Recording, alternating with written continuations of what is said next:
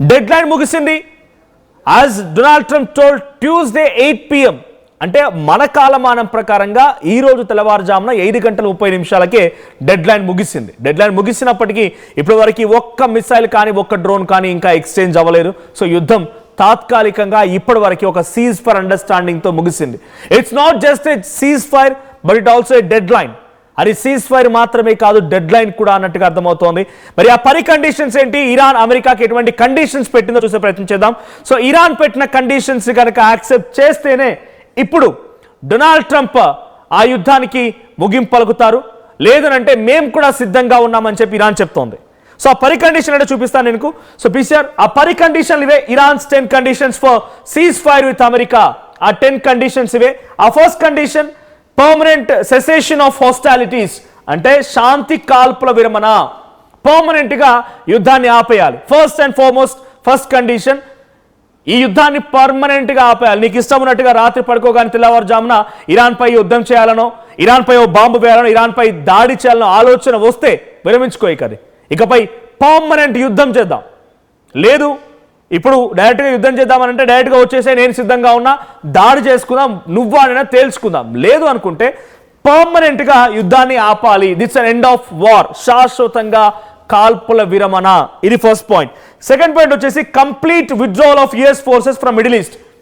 పశ్చిమాసియాలో ఉన్నటువంటి కంప్లీట్ అంతా, మిడిల్ ఈస్టర్న్ కంట్రీస్లో ఉన్నటువంటి మొత్తం అంతా ఆ యుద్ధానికి సంబంధించినటువంటి మోహరింపజేసిన సైన్యాన్ని, యుద్ధ ట్యాంకర్లని, ఫైటర్ జెట్స్ని, యుఎస్ ట్రిపోలి లాంటి వార్షిప్స్ని, సముద్ర మార్గంలో ఉంచినటువంటి అమెరికా సైనిక స్థావరాలన్నింటినీ కూడా వెంటనే వెనక్కి తీసుకోవాలి. కంప్లీట్ విత్డ్రావల్, వెనక్కి తీసుకోండి అని చెప్పి ఇరాన్ ఓ కండిషన్ పెట్టింది. Second condition. ఇక థర్డ్ కండిషన్ వచ్చేసి లిఫ్టింగ్ ఆఫ్ ఆల్ శాంక్షన్స్. ఎవరైతే దేశాలు ఇరాన్ గల్ఫ్ కంట్రీస్ పైన యుద్ధం చేస్తోంది, గల్ఫ్ కంట్రీస్ పై దాడి చేస్తుందని చెప్తున్నారు, కేవలం అమెరికా స్థావరాలపై మాత్రమే దాడి చేశాం మేము, ఎక్కడ కూడా గల్ఫ్ కంట్రీస్ లో సివిలియన్స్ ని టార్గెట్ చేయలేదు, సివిలియన్ ఇన్ఫ్రాస్ట్రక్చర్ ని టార్గెట్ చేయలేదు అనేది ఇరాన్ చెప్తున్నమాట. సో ఆ కారణంగా మాపై గల్ఫ్ కంట్రీస్ కొన్ని ఆంక్షలు విధించాయి. మేము ఎక్కడికి వెళ్ళొద్దని, మాపై టారిఫ్లని, మా దేశస్తులు వేరే ప్రాంతాలకు వెళ్ళకూడదని రకరకాల శాంక్షన్స్ వేశాయి. ఆ నిబంధనల మొత్తాన్ని ఎత్తివేయాలి.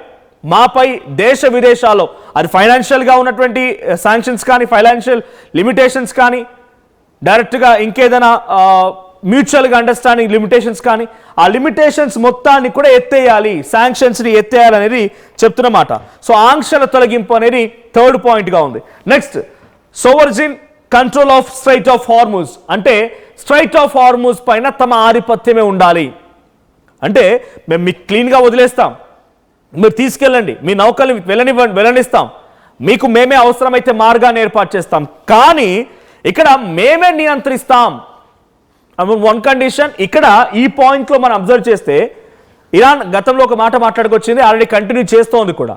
వేరే దేశాలకు సంబంధించిన నౌకలు except India, China, Russia, Malaysia, ఈ దేశాలకు సంబంధించిన నౌకలు కాక మిగిలిన ఏ దేశాల నౌకలైనా సరే ఈ స్ట్రైట్ ఆఫ్ హార్మూజ్ నుంచి వెళ్ళాలంటే నాకు కొంత ట్యాక్స్ కట్టాలి, టోల్ ట్యాక్స్ కట్టాలనేది ఇరాన్ పెట్టిన నిబంధన. అయితే ఇక్కడ కంప్లీట్గా అవుట్ అండ్ అవుట్గా నియంత్రణ అనే దాంట్లో ఆ డబ్బులు అనే విషయం కూడా వస్తుందా అనేది చూడాలి. ఇంకా నెగోషియేషన్ జరగాల్సి ఉంది ఈ 10 పాయింట్స్ పైన. ఆల్మోస్ట్ డొనాల్డ్ ట్రంప్ యాక్సెప్ట్ చేశాడు అని చెప్పి ఆయన ట్వీట్ చేశారు, బట్ నెగోషియేషన్స్ కూడా జరగాల్సి ఉంది.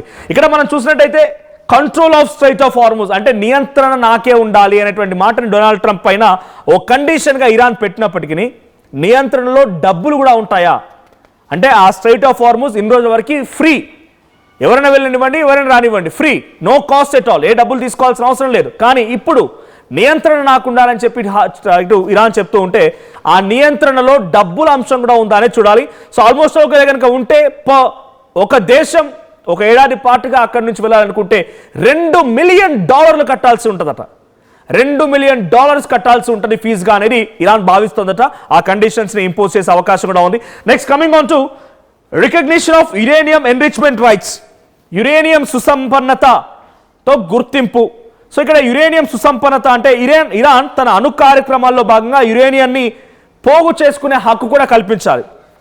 సో మేము అణుబాంబుని ప్రయోగించాం ఎక్కడ కూడా, కానీ మాకు కావాల్సిన యుద్ధ సామాగ్రి కోసం తప్పకుండా మేము యురేనియంని సిద్ధం చేసుకుంటామనేది ఇరాన్ చెప్తున్నమాట. చూడండి, ఇక్కడ యురేనియం ఎన్రిచ్మెంట్ రైట్స్, మేము యురేనియాన్ని పొందుపరచుకోవడం కోసం, యురేనియాన్ని దాచుకోవడం కోసం ఒక రైట్స్ కల్పించండి. Who are you to question us?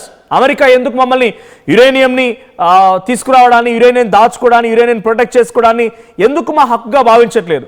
మీకు మాపై హక్కు ఉండదు, మా ఇష్టం అది. యురేనియాన్ని మేము దాచుకోవడానికి మాకు హక్కు కల్పించాలనేది 5th point. Coming back to ఇక్కడ మనం చూస్తే రికగ్నిషన్ ఆఫ్ యురేనియం ఎన్రిచ్మెంట్స్, అది మళ్ళీ సేమ్ రిపీట్ అయింది. తర్వాత binding international security guarantees. So binding international security guarantees, so భద్రతా హామీలు, మాపై ఎవరు అటాక్ చేయకుండా, భవిష్యత్తులో అమెరికా లేదా దాని మిత్ర దేశాల నుండి ఇరాన్పై దాడులు జరగవని అంతర్జాతీయ ఒప్పందం ద్వారా హామీ ఇవ్వాలి. గల్ఫ్ కంట్రీస్ అటాక్ చేయకూడదు, ఇంకెవరు అటాక్ చేయకూడదు, డైరెక్ట్గా మాకు ఎవరి నుంచి ఎటువంటి హాని కలగదు అనేటువంటి మాటని మాకు ఇవ్వాలి, ఒక అగ్రిమెంట్ చేసుకోవాలనేది 6th పాయింట్గా ఉంది. నెక్స్ట్, ప్రాంతీయ ప్రాక్సీ యుద్ధాల ముగింపు, ఎండింగ్ రీజనల్ ప్రాక్సీ కాన్ఫ్లిక్ట్స్. అంటే ఇటు చిన్న చిన్న ప్రాక్సీలు, హమాస్, హెజ్బుల్లా, ఈ సంస్థలని హౌతీలు ఉన్నారు, వీళ్ళపై కూడా దాడిని ఆపాలి. అంటే అక్కడ ఇరాన్ ఏం భావిస్తోంది, మాకు మద్దతుగా ఉన్నటువంటి ఈ వ్యవస్థలపైన కూడా అమెరికా లేదా తన మిత్ర దేశమైనటువంటి ఇజ్రాయెల్ కానీ, గల్ఫ్ కంట్రీస్లో కొన్ని దేశాలు కానీ అటాక్ చేసే అవకాశం ఉంది. కాబట్టి అటువంటి పరిస్థితుల్లో కూడా తమ ప్రాక్సీల పైన కూడా దాడిచ్చడానికి వీల్లేదనేది ఒక పాయింట్ కూడా ఇక్కడ మెన్షన్ చేసిన ఒక కండిషన్ని. ఆ తర్వాత వార్ రికన్స్ట్రక్షన్ ఫండ్ రిపరేషన్స్ అంటే యుద్ధానికి సంబంధించి పునర్నిర్మాణ నిధి మరి పరిహారము. మేము 12,50,000 కోట్ల రూపాయలు నష్టపోయాం, ఇరాన్ చెప్తున్నమాట. ఇన్ఫ్రాస్ట్రక్చర్ కానీ, బ్రిడ్జెస్ కానీ, రైల్వే ట్రాక్స్ కానీ, ఆర్మీ బేసెస్ కానీ 12,50,000 కోట్ల రూపాయలు నష్టపోయాం మేము. సో ఆ 12,50,000 కోట్ల రూపాయలు పునరుద్ధరణలో భాగంగా మాకు ఎలా కేటాయిస్తారో ప్లాన్ చేయండి. సో మేము మా దేశాన్ని తిరిగి రిట్రైవ్ చేయాలనుకుంటున్నాం, పునర్నిర్మించాలనుకుంటున్నాం, పునరుద్ధరించాలనుకుంటున్నాం. సో దానికి కూడా మాకు అర్హత కల్పించండి, మాకు డబ్బులు కావాల్సిందని చెప్పి ఒక కండిషన్ మెన్షన్ చేసింది ఇటు ఇరాన్. సో దీన్ని ఎలా యాక్సెప్ట్ చేస్తుందో అమెరికా చూడాలి. మరి కండిషన్స్ అన్ని యాక్సెప్ట్ చేసే విధంగానే ఉన్నాయి, బట్ ఆన్ నెగోషియేషన్ అని డొనాల్డ్ ట్రంప్ ట్వీట్ చేశారు. సో మరి కండిషన్లో ఈ యుద్ధ పునరుద్ధరణకు సంబంధించిన విషయం పైన ఎలా ఉంటుందో అమెరికా అధ్యక్షుడు డొనాల్డ్ ట్రంప్ వ్యాఖ్యనే చూడాలి. సో ఇక 9th condition, Iran led safe passage protocols, Iran నేతృత్వంలో సురక్షిత నౌకయాన ప్రోటోకాల్స్ ఉండాలి. సో అక్కడ స్ట్రైట్ ఆఫ్ హార్ముజ్ సంబంధించి ఎటువంటి డిస్కషన్ జరిగినా we would be the first person to take a protocol. మేమే రక్షణ కల్పిస్తాం, మేమే మీకు మార్గాన్ని ఇస్తాం, మీరు వెళ్ళిపోండి, దర్జాగా రండి, తీసుకెళ్ళండి, అంతవరకు ఓకే. దానిపైన సంపూర్ణ నియంత్రణ మాకే ఉండాలతో పాటుగా మేమే దానికి సంబంధించి ఒక లీడ్ చేసే విధంగా ఉండాలి. రేపటి రోజున ఎటువంటి ఆస్పెక్ట్స్ జరిగినా, ఫర్దర్గా ఫ్యూచర్లో ఏం జరిగినా ఈ స్ట్రైట్ ఆఫ్ హార్ముజ్ పైన ఫస్ట్ ప్రోటోకాల్ మాకే కావాలనేది ఇరాన్ అడుగుతోంది. సో ఏంటి, ఇరాన్ పర్యవేక్షణలో సముద్ర రవాణాకు సంబంధించినటువంటి కొత్త సాంకేతిక మరియు సైనిక నిబంధనలు అమలు చేయాలంట. టెక్నికల్ అండ్ ఆర్మీ పరంగా వచ్చేటువంటి నిబంధనలు కూడా ఇంపోజ్ చేయాలి, అవి మేము కండిషన్స్ రూపొందిస్తాం, దానికి యాక్సెప్ట్ చేయాలి.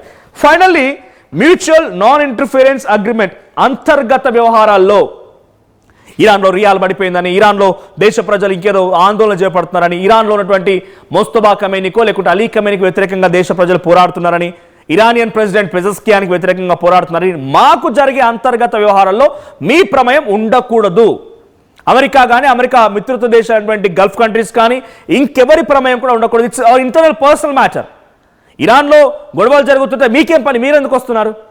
గతంలో రియాల్ పడిపోయిన సిచ్యువేషన్లో అమెరికా అధ్యక్షుడు డొనాల్డ్ ట్రంప్ వాంటెడ్గా కొన్ని ఫండ్స్ రేస్ చేసి మరి ఇరానియన్ పబ్లిక్కి ఇచ్చి ఇరానియన్ పబ్లిక్ని మరింతగా రెచ్చగొట్టి అక్కడ ఆందోళనకు కారణమయ్యాడని చెప్పి ఇరాన్ భావించింది. రియాల్స్ పడిపోయినాయని రోడ్డు మీదకి వచ్చి జనమంతా ఆందోళన చేపట్టినప్పుడు ఇట్స్ అన్ ఆర్టిఫిషియల్ ప్రొవోకేటెడ్ ఒక ఎజిటేషన్ లా కనిపించింది ఇరాన్కి.